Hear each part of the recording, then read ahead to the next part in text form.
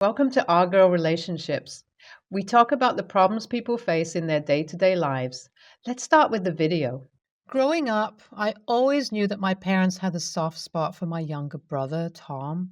He was the baby of the family, and they doted on him endlessly. Even when he dropped out of college and struggled to find a job, they never seemed to hold it against him. Instead, they always made excuses for him and gave him extra help, even when it meant turning to me for financial support. At first, I didn't mind. I loved my brother and I wanted to help him out in any way I could. But over time, it started to wear on me. I worked hard for everything I had, and it didn't seem fair that Tom got a free pass. He never seemed to take responsibility for his own life, always expecting our parents to bail him out of any trouble he got himself into. Still, I tried to keep my frustrations to myself and just focus on building a life for myself. I worked long hours at my job, saved up as much money as I could, and eventually bought a house of my own. I was proud of what I had accomplished, and I thought my parents would be proud of me too. But that all changed when my mom showed up at my doorstep one day. She had a strange look in her eyes. I hadn't seen or heard from her in weeks, and now she was standing in front of me looking nervous and uneasy. At first, I thought maybe she was just checking in on me, but then she started to make small talk, asking about my job and how I was doing. It all felt so forced and awkward, and I could tell that something was off. And then she said it. "We need your house." I was taken aback, to say the least. I had worked hard to buy my house, putting in long hours at my job and saving every penny I could. It was my pride and joy, the one thing I had that was truly mine. I didn't know how to react. I was still processing what she said.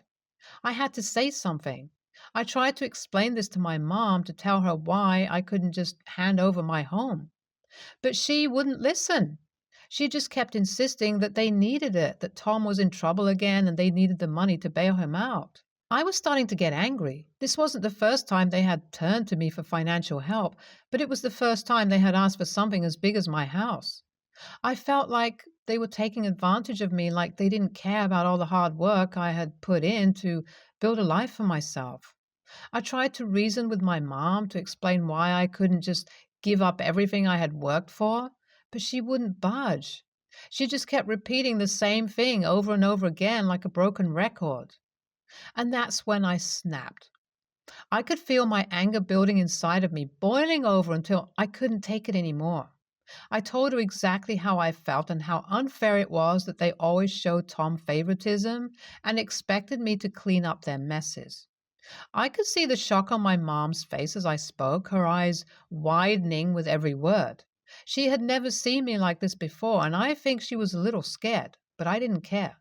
I was so furious that I didn't even know what I was saying half the time. I just kept going, my words pouring out like lava from a volcano.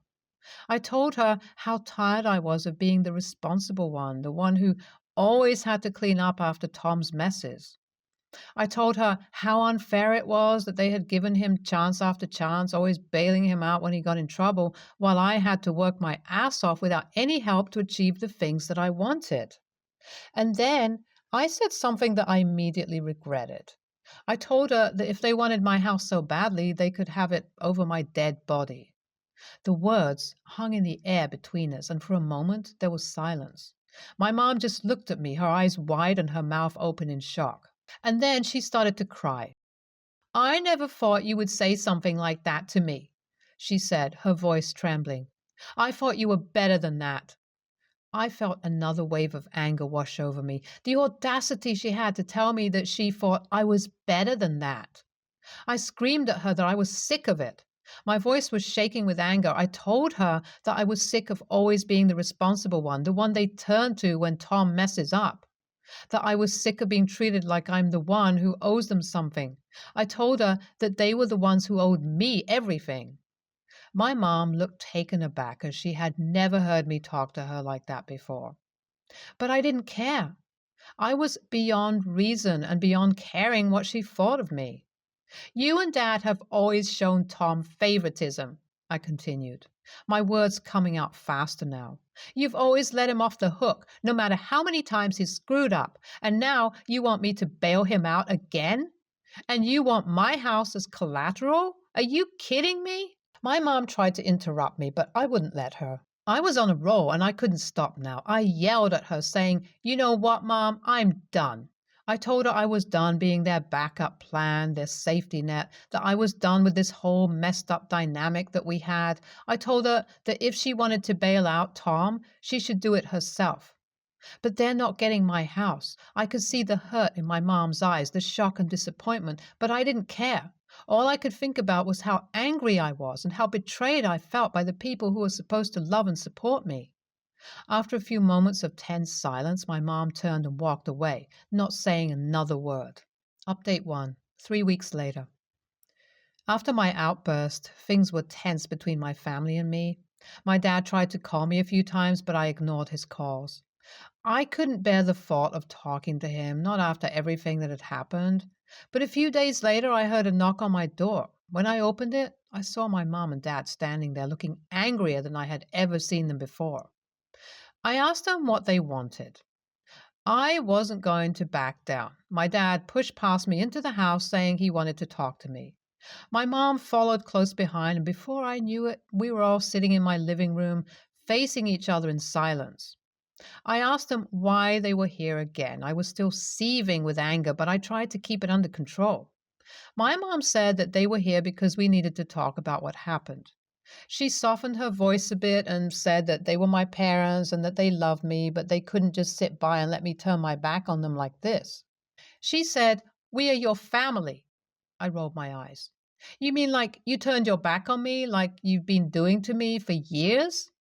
My dad sighed loudly. He said that he knows that they've made mistakes. He knows that they've shown Tom favoritism in the past, but he said that doesn't mean I can just cut them out of my life like this. He said, "We need you, and we need your help. You'll be a traitor if you don't help us." I could feel my anger building again, and I clenched my fist to keep from lashing out at them. "And what about me?" My voice was trembling. I asked them, "What about my needs, my wants, and my dreams?" I asked them, "When have they ever cared about those?" My mom looked like she was about to cry, but I didn't care. I was beyond caring about their feelings, beyond caring about anything except my anger and hurt. "We just want you to come back to the family," my dad said, his voice pleading. He said that they'll make it up to me. He promised. He said that they'll never show favoritism again. He told me to just not turn my back on them like this. But I had made up my mind. I couldn't go back to the way things were before. I couldn't keep pretending like everything was okay when it wasn't. I told him that I was sorry. My voice was cold and final. I told him that I couldn't do that. I couldn't just forgive and forget as if nothing happened. I told him that I needed time to figure things out for myself. And with that, I stood up and walked to the door, telling them to leave, ignoring their protests and pleas. I told them that in any case, I wouldn't give them my house and shut the door in their faces. I knew it wouldn't be the last time we talked, but for now, I needed to focus on myself. And that was something I couldn't do while I was still tangled up in my family's drama and dysfunction. NTA. Are these people crazy? They can't just ask OP to hand over her house. What the hell, dude?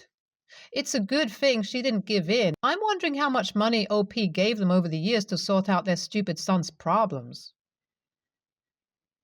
OP's parents were legit treating her like a piggy bank. "Oh, we won't show favoritism anymore, but you still have to give us your house to bail out your brother." NTA, PS, run. NTA, NGL, and OP should have cut them off a long time ago. She probably could have gone on vacation with all of that money she spent on her brother, LOL. Lesson learned late, but at least she learned. Next story. My now husband was a recovering alcoholic when we met. I'm currently 28, female, and he's 26. Ironically, we'd met at a bar, and he was relapsing, and I was there to drive my friends because they know that I don't drink. I helped him to stay sober and has been since the beginning of our relationship. He went back to therapy, put his life together, his family is proud of his recovery, and now we married. Yay! We had the wedding last month, and one of the rules for it was no alcohol. All the money we could have spent on alcohol was used on more and better food and having a film crew. It was amazing. Some of the friends my hubby invited are ex alcoholics too, and his family had lots of fun, but my family did not. The men in my family seemed bored the whole time. My brother during the reception asked me, "Where is the booze?" I said, "There is none." Then he said, "You should have warned us so we could bring our own," but explained that no booze was allowed at the venue. They all left early, and my cousin uploaded IG stories later that showed him, my dad, brother, and some uncles at a bar drinking and getting wasted. I was baffled but kept quiet because it was not my business. A few days ago, the film crew gave us the wedding video. It took a while, but was worth it. It looked like a Hollywood romantic film. My hubby and I cried while watching it. Later, we posted it on social media and quickly got flooded by comments from the males in my family pointing out how boring the film is, almost as boring as the wedding itself. I talked to my husband about it, and after some arguing, he said that my husband is a boring doormat who is missing out on having a fun life. My mom is on my side, same as the rest of the women in my family, but now I'm questioning if having a zero alcohol wedding was a mistake or a selfish choice. Edit. Wow, thanks for that many comments in such a short time. TYSM, for your congratulations and good wishes. I still need to think and talk to my hubby about it. I also need to add there were times when my male family members tried to offer beer and whiskey to my hubby at family meetings. He always rejected it, and we usually leave early when they start to drink. After some time, we stopped going to gatherings on my family's side. Edit 2. My family knows very well that my hubby does not drink and was in recovery. I've told them many times I also do not drink, and they know it. Little update. I don't know if it's a coincidence, but my dad sent a meme to my husband. Essentially, it was one of those wife bad Facebook memes. My hubby showed it to me and asked, "What is going on with your dad?" I knew that was the moment to have a talk. My dad has a habit of sending bad memes, but this one was borderline offensive, so I told my husband about the conversation I had with dad. Showed him this post. He says, "Hi," and agrees that is better to stay low contact. Later, I called my dad and explained that if he cannot respect my husband, we will stop talking to him directly. He laughed at me and said that I'm being a crazy, controlling wife, that he feels sorry for that man because he's letting his woman control his life. I told my dad that I'm not controlling, that I'm supporting healthy life decisions, and that he should get serious help, and hang up. After that, my mom called. She said that he ordered her to call me and make me apologize, but she only wants to say that supports my standing and choices, and dad can only cry about it. No other family members have called, but I hope it ends up well. My hubby and I will be busy watching movies tonight. TYSM to all of you. Little update, too. My brother just called. He said many of the words my dad said to me, apparently, my dad told him that I'm controlling my hubby's life and isolating him. Then he said that I'll make my husband miserable in life, that he is 26 and should be enjoying his life, but instead he's married me.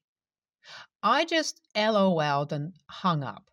I told mom about it and she will call my brother. Oh, and she has my dad basically grounded until he calms down and behaves. She took his phone. His alcohol is in a special room, so she took the key of that room too. NTA. If they can't get through an event with no booze, then maybe they should assess their relationship with alcohol. Your dad is a monumental asshole. What kind of person says that a recovering alcoholic is missing out on a fun life? As if alcoholism is a super happy fun time. Next story. So I, 17, female, have two older brothers, 19, 21, and a twin sister. I should mention that my family is pretty affluent. Ever since I remember myself, my parents encouraged me and my twin to compete with each other, while they always favored her over me. She always had their support, and I was expected to be considerate. When I succeed in something more than she does, they ask me to give it up. But they never asked this from her. I do love her and my parents, even though I feel like I've been treated unfairly.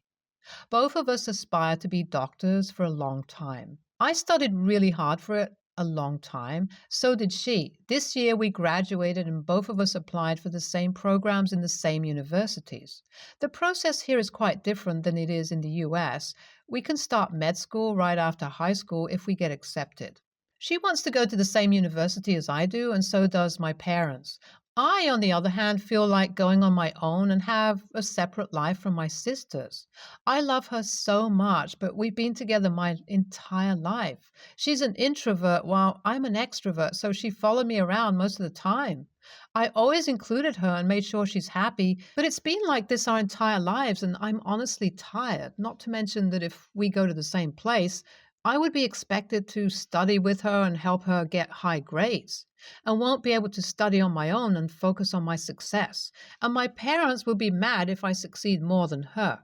It's been like this for the past 12 years, which will eventually hurt me. I just want to finally be a person of my own.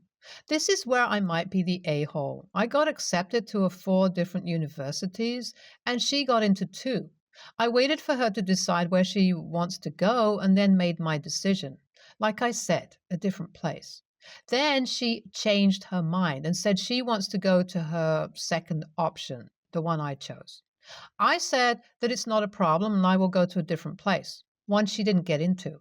My sister got really offended, and my parents are furious, even though I explained myself politely and said that I love her, but wanted to get a fresh start where nobody knows me. They demanded that I will go to the same place as my sister or else they won't pay for my degree. Then I said, whatever, and that I'll be fine on my own and left to my grandparents. When they came to talk to me, they just kept on saying how wrong and entitled I am. I really had enough, so I told them I hate them for treating me like this. Now I'm refusing to talk to them and ignoring their calls. My brother and grandparents are on my side, but everyone else is telling me I'm an a-hole. So am I? Edit. Thank you so much for the support and ideas. I read all your comments and they're all very appreciated. My brother got me everything I thought I need, including my cat. I called the university to ask if my parents can unroll me, and they can. However, since they never paid, it will be difficult for them, and the university can try to delay them until my 18th birthday. My grandparents assured me that they won't let them do something like that, but still, it's nice to have plan B. School starts on Monday and it looks like it's settled for now. I will update you guys as soon as I have something to say. P.S. I don't feel like talking to them right now. It's like all of the anger I held against them is now very substantial. Hope I used the right word. And I feel like I need to cool down before deciding what's next. Probably can also use time off.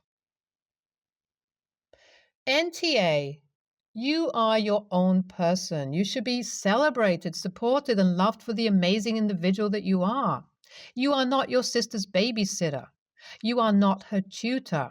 You are not her parent. Best thing for you to do is to go to a different school than your sister. Go no contact and block your sister and parents. Get a counselor. Your parents and sister will try to guilt you and twist things to make themselves the victim and to make you do what they want. You are the victim here. A counselor will help you set and keep boundaries with them. A counselor will also help you heal from their abuse. Get all your legal documents. Change all your passwords. Make sure your parents have no access to your school accounts. Warn the school. Your parents will try to stop your admission. Have your mail delivered to your grandparents' or brother's home. You are not a bad daughter or sister by doing the above. Your parents and sister failed you. They're the ones controlling and abusing you. Proud of you for reaching out and getting out. Best of luck. Stay tuned for more stories from our girl relationships.